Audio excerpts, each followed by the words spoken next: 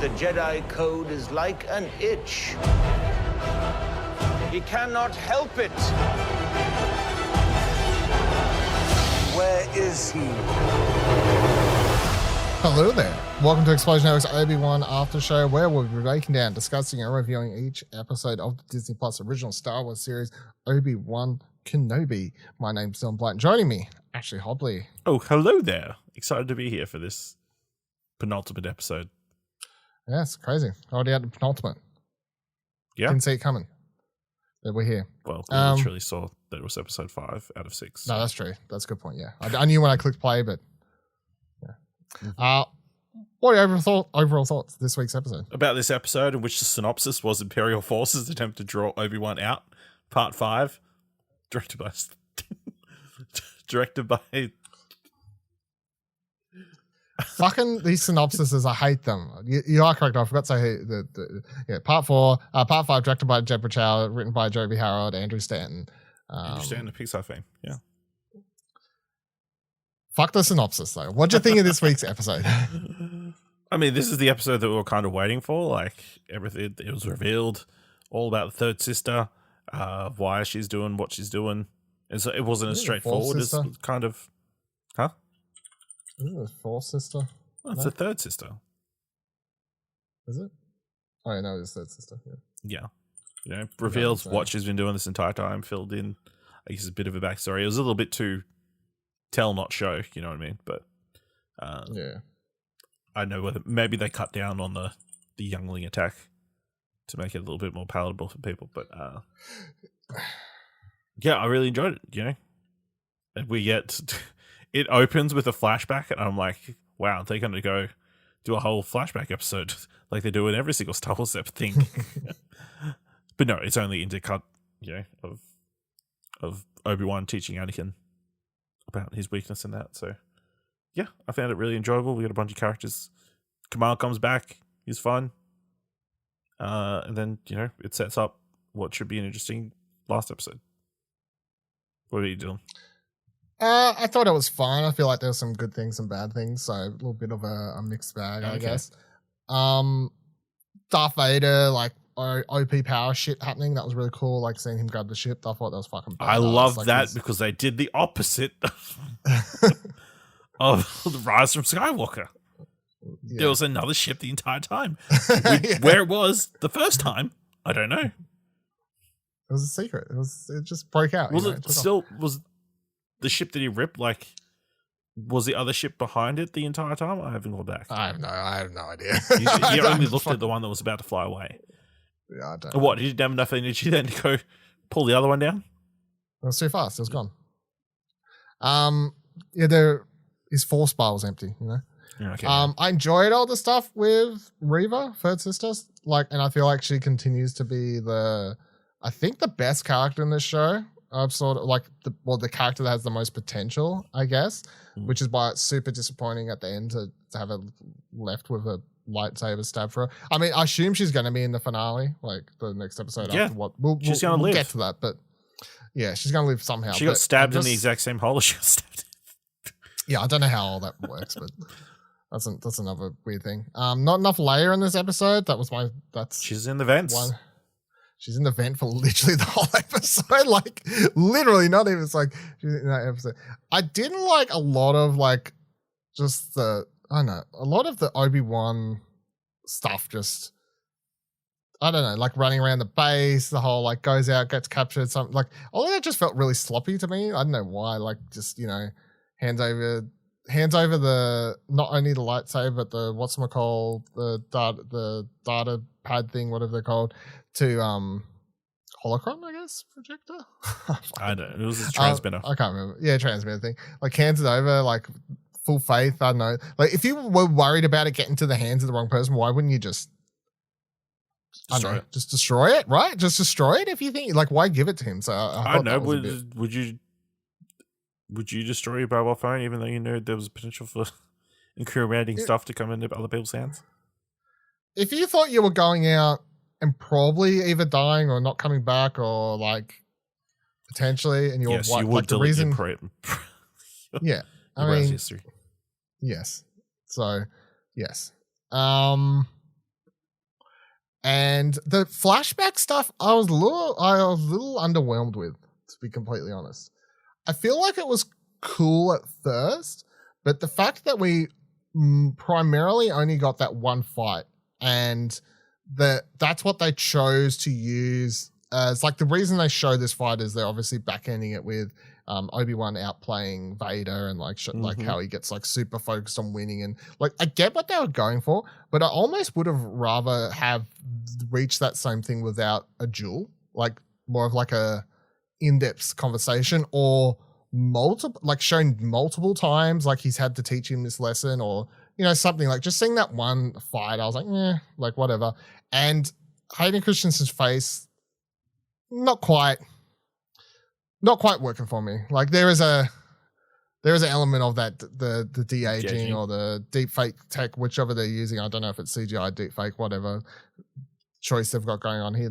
Definitely, like my brain was struggling, I think, with this quite a bit. It looked off to me. Whereas Ewan McGregor, he just looked like he was just Ewan McGregor, right? Like, there wasn't any. I assumed there was a little bit, like he looked a little bit. If there was a little bit, I didn't notice it. But Hayden was like super de-aged, and it looked way off to me.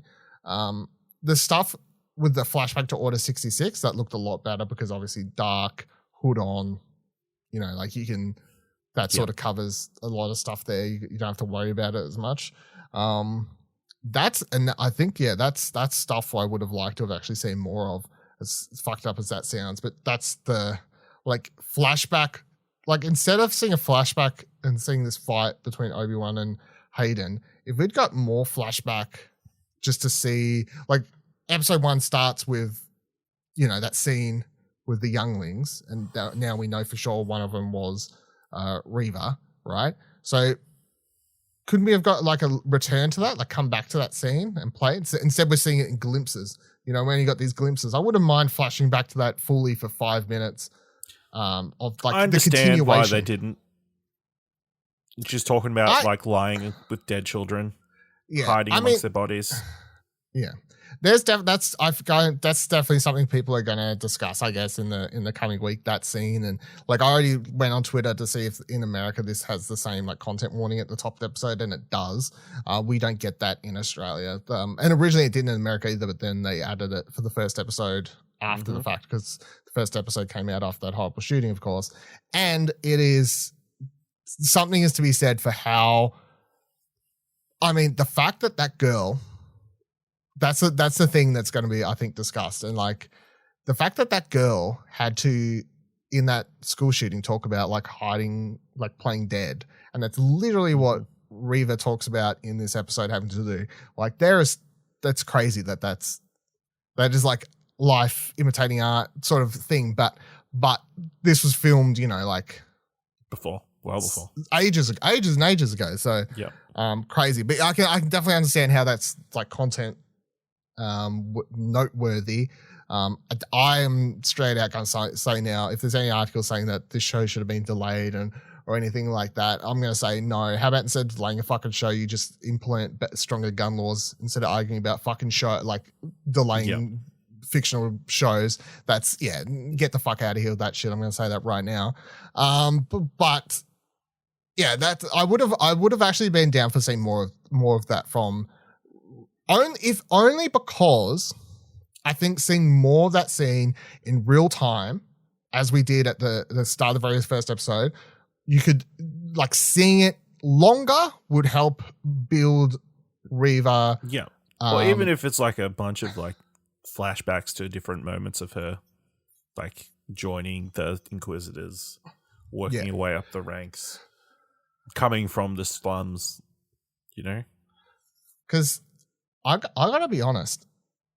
I went into the show like really like pumped. Obi-Wan's like probably my least favorite character in the show at this point. The two most. What a surprise that the depressing old man is your. I think the two most interesting characters is Leia and Reva. Yep, and that's why the internet hates both of them. Right? I like fully, and after the reveal in this, like I was already interested in Reva anyway because that was surprising. I think like her reveal, like, because we kept being like, she's interesting because you like want to know, and I think the payoff here is actually really good. I think like the payoff here being that she's playing a long con game to get revenge, but it also makes her a really interesting character because she's going for revenge while also doing a lot of bad things along the way. Like she's not a good guy, you know, she's not a bad guy, she's not a good guy, she's not technically dark side. She's definitely bad. Yeah. Well, yeah. She's a bad guy going for revenge against an even worse person, I guess, is the way. But I really like that reveal. I think that works really well for me. What do you think of it? Yeah, it definitely worked, and it wasn't an option in my mind. That she wants revenge on Darth Vader or Anakin, and it does kind of explain why she knows Anakin is that. Well, I guess kind of. Because most people would have thought Anakin died, like, you know what I mean? The only way it makes sense, and I've like headcanoned this at this point, so it makes sense just so I can move on with my life, is that a trooper or someone referred to him as Vader. Because by that point he has the name Vader, obviously it's giving to him. So when they're attacking, like, yeah, that's the only headcanon reason I can come up for. Because of course after this he goes, he leaves, or it could just be like he saw hit the similar lightsaber movements or something. I don't know.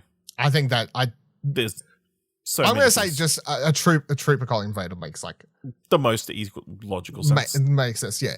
Which isn't even crazy. Like even now, like they how many, literally like, could have troopers just put it inside this during the flashback to Order 66. Yeah, that's what I mean. Like if you had that full scene play out, and I get what you're saying with maybe showing more of that scene. Maybe they purposely cut more of that scene given the time. I get that sensitive subject. I would like to know, like, if in a different world we could. Because as hard as it is to say, or as hard as it may be for some people to watch, I think seeing an extended version of that scene would be really sell how evil Anakin was at that time. Really sell and show what Reva had to go for and really help build up her character. A character who there's rumors of a spin-off show for currently as well. Which is another thing. And then you could have also had that, like you could have had at the end of that scene, her laying there amongst the dead bodies of her friends, right? Horrible. But then you show what she's going through and has to go through to survive. And then you literally end the scene with someone running up to a trooper running up to Vader being like, Darth Vader, well, there's more in this room or whatever, you know, and that's it. That explains everything. Yeah. Done. She knows he's called Vader. Doodle, doodle, doodle. Now that's why she knows. Yeah. She laid there and literally watched some con Vader. Yeah. So, yeah. It is hard to say because I feel like in any other world saying, oh, I want to see this really fucked up scene wouldn't be as weird, but it is just because of how it's Star Wars. It's kids. Yeah. Yeah. It's like kids, family orientated show sort of thing. So yeah, it's hard, but I'm also like, so make it animated. Yeah. Yeah. Yeah, and then the fight, I thought like how much Vader just absolutely, you know, blocked every attack. Yeah, toys with her. I mean, I really liked that. We knew how it was going to go, so I mean, it's the tension's you knew she was. Yeah, you knew she was dead the second that she was going to lose. Yeah. Well, yeah, you knew that she ain't winning. So I was like, as soon as like the camera shot was like hanging on Vader, I'm like, okay, yep, it's going to come out. She's going to be behind. She's going to get a hand chopped off. You know, like something like that. I thought is how it's going to play out, but no. And then turns out he knew the entire time. I like that though. I like that. He's always one step ahead, Vader. He knows. I like the long con play here as well because, of course, we also get to reveal that the Grand Inquisitor survived somehow. Yep. See, all somehow the Grand Inquisitor has returned. All you people concerned about canon. Do you know? It was all worked out in this episode. All makes sense. I need him to die. I need the Grand Inquisitor to die later by Kanan, not by bloody her. Was a group of friends was on some talk show and they said, you survived? You got stabbed through your stomach. And it's like, yeah, one of my stomachs. I don't know. I don't need too much explanation, to be completely honest. Like, I mean, whatever. she just got stabbed. I'm pretty sure she's going to survive. Yeah. She's going to survive to at least next episode. Mm-hmm. And then, what do you make of that at the end? Like, what do you think's going through her head? What do you think the plan is? She's going to go after Luke. Why though? Because I assume she's sort of figured out from context clues that the children, Anakin's children, is going to get some sort of revenge, even if Anakin doesn't realize it. Yeah. So do you reckon the plan is get Luke, like, tell Vader this is his kid? Does Vader know that he has children? No, that's the whole thing. Yeah. No, he doesn't know. No, so he's just going to kill him and know that, she got her revenge by taking his firstborn son or whatever. Old mythological revenge. Medieval. Yeah. Because that's the whole thing, Luke, I'm your father. Yeah. And then Obi-Wan's going to stop her. And he senses it in the Force. Yeah. And we obviously get that very foreboding shot of Luke sleeping in a bed. Yeah. And she says Owen as well, so he knows exactly who we're. Gives all the information. Tatooine, Owen, the kids. Opens this message with, I know it's not safe for us to communicate, but in case anyone does steal this, I'm located at 743 Fiddle Bullet Lane. Like, I know we're not supposed to talk about it, but Anakin's children are still alive. I know we're not supposed to talk, but Anakin Skywalker, now known as the Dark Lord Darth Vader, who has children who we've been keeping secret and in safety for around 8 years at this point, one of which is located on Tatooine under the homage of one Owen Lars. Have I said too much? Have I said too much? Stop me if I have. What a fool. Yep. What a fool. So what is that what you reckon the play out is? Like, does Vader even come back into it next week, or is that like, are we done with Vader? I think we're done with Vader. I don't think he comes back. Yeah, I don't think so either. Like, I don't, like, he's no way to fight. Like, they're safe I now. guess They're safe. Part of me thinks there's one more confrontation between Vader and Obi-Wan, but maybe because he didn't get, like, we didn't get the climactic, like, fulfilling fight. But maybe we're not supposed to get that. But I don't know if we... Yeah. I don't feel like... The thing is, it doesn't make sense if they did. Like, I know it's what everyone wants, but it doesn't actually make any sense. And the fact that their fight was in episode 3 and Obi-Wan got his ass handed to him makes perfect sense. Yeah. Like, then it's not he beat him in this episode, right? By escaping. Yeah. And there's more, as he says, there's more than one way to win. Yeah.